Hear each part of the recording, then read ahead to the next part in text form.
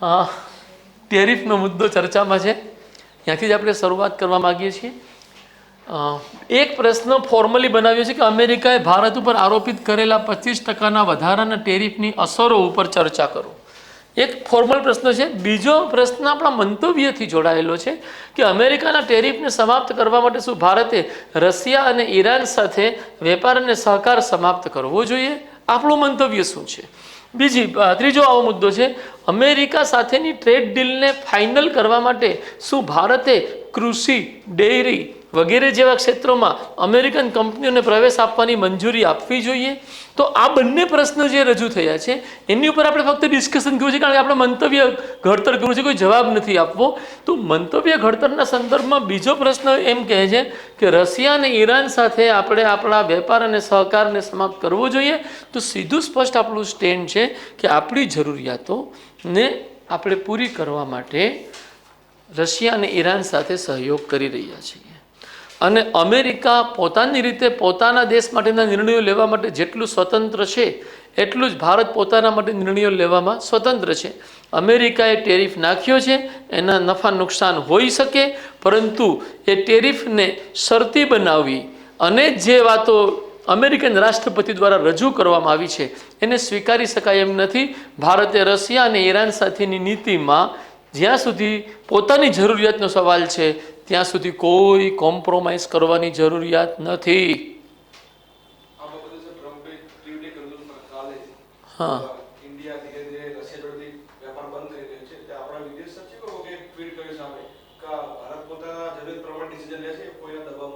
હા, એ સવાલ જ નથી. આની પહેલાં પણ જ્યારે આપણે S-400 સિસ્ટમ લઈ રહ્યા હતા અમેરિકા પાસેથી, મારા ભાઈ બહેનો, એ સમયે પણ અમેરિકામાં ડોનાલ્ડ ટ્રમ્પ જ રાષ્ટ્રપતિ હતા અને એમણે જોઈ લેવાની ધમકી સુધી આપી હતી, રાઈટ? તો ત્યારે પણ ભારત સરકારે બહુ સ્પષ્ટ સ્ટેન્ડ લીધેલું, જે થાય એ કરી લેજો, રશિયાથી S-400 સિસ્ટમ અમે લેશું. એ સિસ્ટમે ઓપરેશન સિંદૂર દરમિયાન પાકિસ્તાની એટેકનો સામનો કરવામાં ભારત માટે નિર્ણાયક ભૂમિકા ભજવી. મારા ભાઈ બહેનો, બહુ સ્પષ્ટ સ્ટેન્ડ છે આપણું. ભારત પોતાની જરૂરિયાત અનુસાર દરેક દેશ સાથે સંબંધો રાખે છે, અને એ સંદર્ભમાં રશિયા, અમેરિકા, ઈરાન, બ્રિટેન, આ બધા જ સંદર્ભે ભારત પોતાની સ્વતંત્રતાથી નિર્ણય લેશે. અગર એને ટેરિફ નાખવો છે તો એના બીજા અમે રસ્તા ગોતીશું, પરંતુ આ ટેરિફની ધમકી અથવા ટેરિફની કાર્યવાહીના આધારે આ પ્રકારના સહયોગ અને વેપારમાં કમી લાવવામાં આવે એવું દેખાતું નથી. હા, એવું છે કે રશિયા પોતાના પેટ્રોલ ઓઇલ સંસાધનોના કિંમત વધારી દે ને પછી આપણને એમ લાગે કે ભાઈ અહીંથી લેવું આપણા માટે, આપણી જરૂરિયાત માટે ફાયદેમંદ નથી અને આપણે બંધ કરીએ, એ આપણો નિર્ણય રહેશે. જે આપણો બીજો સ્ટેન્ડ હતું, એક સ્ટેન્ડ ક્લિયર થયું છે બધા ભાઈ બહેનોને. એક હતું કે અમેરિકા સાથેની ટ્રેડ ડીલને ફાઇનલ કરવા માટે, જુઓ, આ ટ્રેડ ડીલને આપણે ટેરિફ સાથે શા માટે જોડીએ છીએ? તો કે 2 એપ્રિલ 2025ના રોજ ભારત ઉપર ટેરિફ લાગુ થવાનું હતું, અને રેસિપ્રોકલ ટેરિફનો સિદ્ધાંત રજૂ કર્યો કે તમે અમારી પર ઊંચા દરે ટેરિફ નાખશો તો અમે પણ તમારી પર ઊંચા દરે ટેરિફ નાખશું. અહીંયા થોડી ટેરિફની વ્યાખ્યા આપણે લઈ લઈએ કે ટેરિફ એ કોઈ પણ દેશમાં થતી આયાતો ઉપર નખાતો એક કરવેરો છે. ટેરિફને ગુજરાતી ભાષામાં આયાત વેરો કહે, ભારત સરકાર સામાન્ય રીતે એને કસ્ટમ ડ્યુટી કહે છે અંગ્રેજી ભાષામાં. તો આ ટેરિફ દરેક દેશ પોતાના ત્યાં થતી આયાત ઉપર નાખે છે ને રેવન્યુનો એક અગત્યનો સોર્સ છે, રાઈટ? તો ટેરિફ નાખવાની વાત 2 એપ્રિલે કરી, પછી ટ્રેડ ડીલના વિચારને લઈને કે ટ્રેડ ડીલ ઉપર ચર્ચા કરીશું. એમાં આપણને 90 દિવસની એ લોકોએ છૂટ આપી. એ 90 દિવસની અવધિ 31 જુલાઈએ પૂરી થતી હતી, અને આપણે ત્યાં 1 ઓગસ્ટથી આ ટેરિફ શરૂ થવાનો હતો. તો ચૂંકि ટ્રેડ ડીલ થઈ નથી એટલે સ્વાભાવિકપણે ઓલું ટેરિફ છે એ લાગુ થવાનું હતું. આ પરિસ્થિતિમાં મારા ભાઈ બહેનો, ટ્રેડ ડીલમાં બાધા ક્યાં ઊભી થઈ? આપ સૌને કદાચ માહિતી ન હોય તો કહી દઉં, છેલ્લા 1.5 મહિનાથી ભારતના અધિકારીઓ અમેરિકામાં જ હતા, અને ટ્રેડ ડીલ અંગેના જેટલા પણ નિગોશિએશન્સ હતા એ નિગોશિએશન્સની અંતર્ગત પૂરી કોશિશ કરી રહ્યા હતા કે આ ટ્રેડ ડીલ થઈ જાય. પરંતુ અમેરિકાનો એક દુરાગ્રહ કે ઇન્ડિયાનું ડેરી સેક્ટર અને ઇન્ડિયન એગ્રીકલ્ચરલ સેક્ટર પણ અમેરિકન પ્રોડક્ટ્સ માટે ખોલી દેવામાં આવે, અને એ ભારત માટે, મારા ભાઈ બહેનો, ખાદ્ય સુરક્ષા, માનવતા અને ગ્રામીણ ક્ષેત્રમાં રહેનારા કરોડો લોકોના રોજગારને પ્રભાવિત કરવાવાળી વાત છે.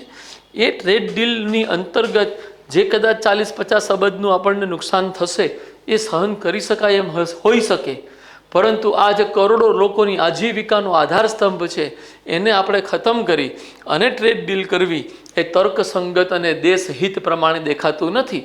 ભારત સરકાર દેશહિતને સર્વોપરી માની અને નિર્ણય લઈ રહી છે અને એટલે જ ટ્રેડ ડીલને હજી સુધી ફાઇનલ કરવામાં ભારતને સફળતા મળી નથી. અમેરિકાનું ઝક્કીપણું છે, જિદ્દીપણું છે.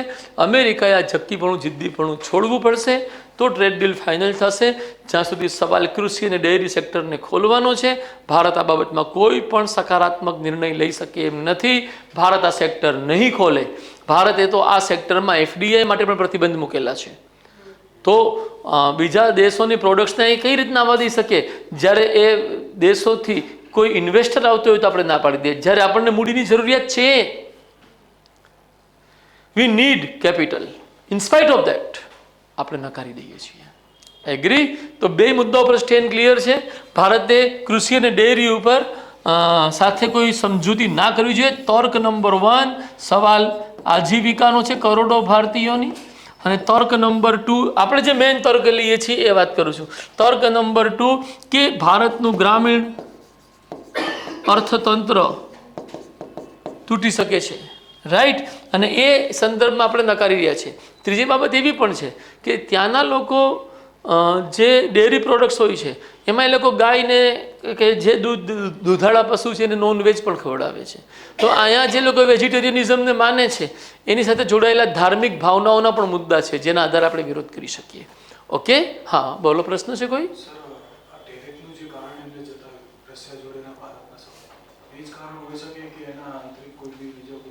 એ તો એક્સ્ટ્રા કારણ મૂક્યા એમણે. પહેલાં તો એમણે આ જ મૂક્યું છે.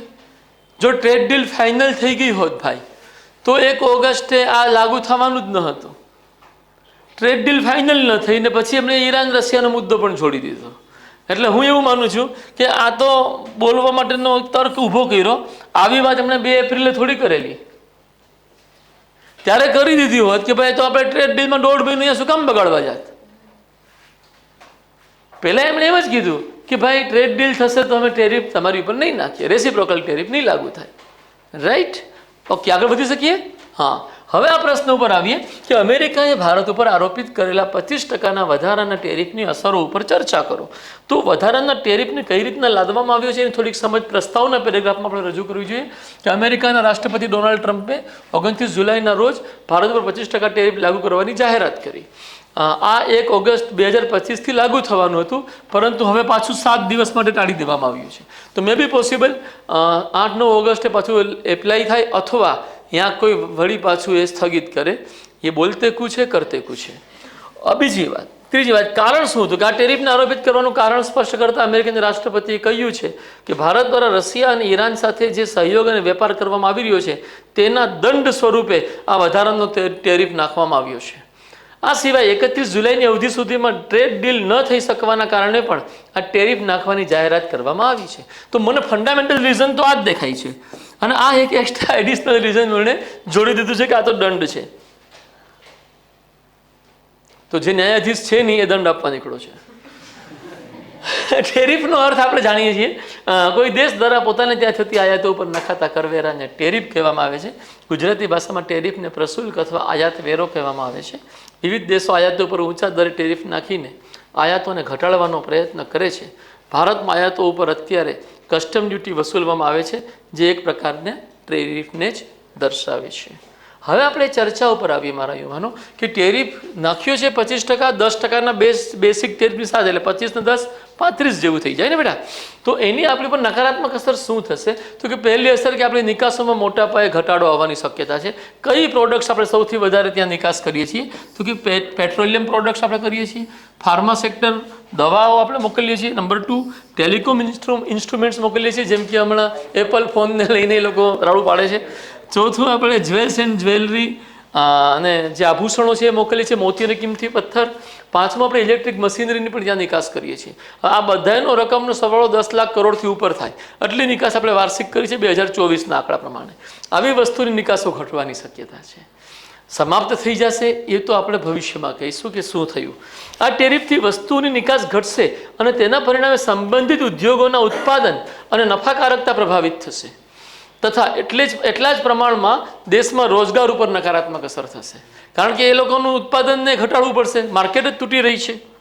ઓકે, બીજી વાત, નકારાત્મક અસરમાં જ વર્તમાનમાં ભારત અમેરિકા વચ્ચેની વેપાર તુલા ભારત તરફ ઝૂકેલી છે. દાખલા તરીકે વર્ષ 2024માં ભારતે અમેરિકાને $77 અબજ નિકાસ કરેલી, જ્યારે અમેરિકાથી ભારતમાં લગભગ $40 અબજ નિકાસ થયેલી. ભારતનો આ વેપાર લાભ ટેરિફના કારણે પ્રતિકૂળ રીતે પ્રભાવિત થશે. હવે ચૂંકી આપણે વેપાર લાભની કન્ડિશનમાં લગભગ $37 બિલિયન લાભ લઈ રહ્યા છીએ એની સાથે વેપારમાં, રાઈટ. હવે એની અસર ક્યાં આવશે? તો કે આ પ્રકારની લાભની સ્થિતિ ઘટવાથી ભારતની ચાલુ ખાતાની ખાધ વધશે, કે જેની અસર દેશમાં સમગ્રલક્ષી આર્થિક સ્થિરતા ઉપર થશે તથા રૂપિયાના આંતરરાષ્ટ્રીય મૂલ્યો ઉપર થશે, ફુગાવા ઉપર પણ થશે. મારા યુવાનો, હકારાત્મક અસર શું થશે આની? ટેરિફનો સામનો કરવા માટે ભારતીય કંપનીઓએ પોતાના પડતર ઘટાડવી પડશે અને સ્પર્ધાત્મકતા વધારવી પડશે, અન્યથા ટેરિફને કમ્પેન્સેટ કરવું જ પડશે કોઈ રીતે. આ પ્રકારના પડકારનો સામનો કરવાથી ભારતીય કંપનીઓની કુશળતા વધવાની શક્યતા છે, કે જેથી તે ટેરિફના વધારા પછી પણ પોતાના વેપારને નિર્બાધ રીતે ચાલુ રાખી શકે. પોઝિટિવ ચાન્સ અહીંયા મને દેખાય છે. હરેક પડકાર પોતાનામાં એક અવસર હોય છે.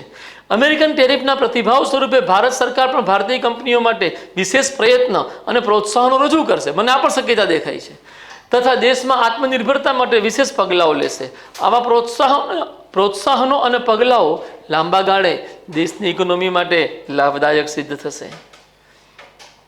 એવી પણ શક્યતા છે કે વિદેશી કંપનીઓ ભારતમાં પોતાનું ઉત્પાદન કેન્દ્ર સ્થાપિત કરે અને પોતાના અનફર્નિશ્ડ માલ સામાનને ભારતમાં તૈયાર કરી અમેરિકા મોકલે. આવું થવાની સ્થિતિમાં ભારતમાં ઉત્પાદન, રોજગાર અને નિકાસ ત્રણેયમાં વધારો થશે. જો આ જે સ્થિતિ બતાવું છું એનો મારો સંદર્ભ એ છે કે કોઈ દેશ ઉપર અમેરિકાએ આપણા કરતાં પણ ઊંચા દરે કરવેરો નાખ્યો છે, તો એ બની શકે કે એ પોતાનો પ્રોજેક્ટ અહીં નાખી અને પછી અહીંથી પછી અહીંયા મોકલે. તો આવું થશે તો ક્યાંક ફાયદામાં રહેશું, બની શકે આમાં નુકસાન પણ આપણું થઈ શકે, શક્યતા છે. મારા ભાઈ બહેનો, આગળની દિશા આપણે શું રાખવી જોઈએ? તો કે ભારત માટે અમેરિકા એક મોટું અને લાભદાયક બજાર છે. આ લાભને સતત જાળવી રાખવા માટે સરકારે પ્રયત્ન કરવા છે. આપણે આ તૂટી જાય એવું આપણે નથી ચાહતા. આ સિવાય ભારતે ટ્રેડ ડીલને લઈને જે અભિગમ રાખ્યો છે એમાં પણ કોઈ ફેરફાર કરવું તર્કસંગત જણાતું નથી. આવી સ્થિતિમાં ભારતે પોતાના રાષ્ટ્રહિત અને બંધારણીય આદર્શોની મર્યાદામાં રહીને જ દરેક નિર્ણય લેવા જોઈએ.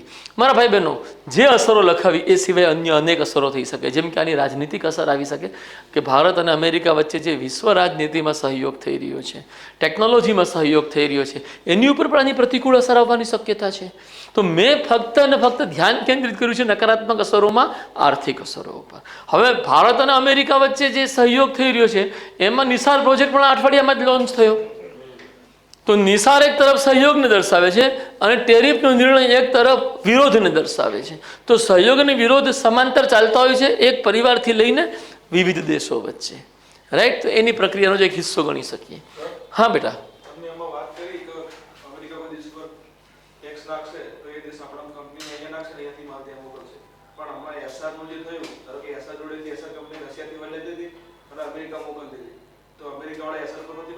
એવી 6 કંપનીઓ પર પ્રતિબંધ મૂક્યો છે જે ઈરાનથી માલ લે છે, બીજી જે કંપનીઓ રશિયાથી માલ સામાન લે છે. તો એવું શક્ય છે, અને જો એવું થશે તો એ કંપનીએ નિર્ણય લેવાનો છે. મેં કીધું ને કે એમાં નુકસાન થઈ શકે આપણને, કે કોઈ બીજી મતલબ ચાઇના એ જ કરે કે ચાઇના ભારતને રૂટ બનાવી દે પોતાનો, અનફર્નિશ્ડ માલ અહીં લઈ આવે યા સેમી ફર્નિશ્ડ માલ પોતાનો અહીં લઈ આવે અને અહીંથી પછી નિકાસ કરે. એની ઉપર 34% ટેરિફ નાખવાની વાત કરી છે. પાકિસ્તાન ઉપર 19% ટેરિફ નાખવાની વાત કરી છે. આતંકવાદના સમર્થકોમાં અમેરિકાને કેમ ન સામેલ કરવું જોઈએ? પ્રશ્ન ઊભો થાય ને, કેમ ન સામેલ કરવું જોઈએ?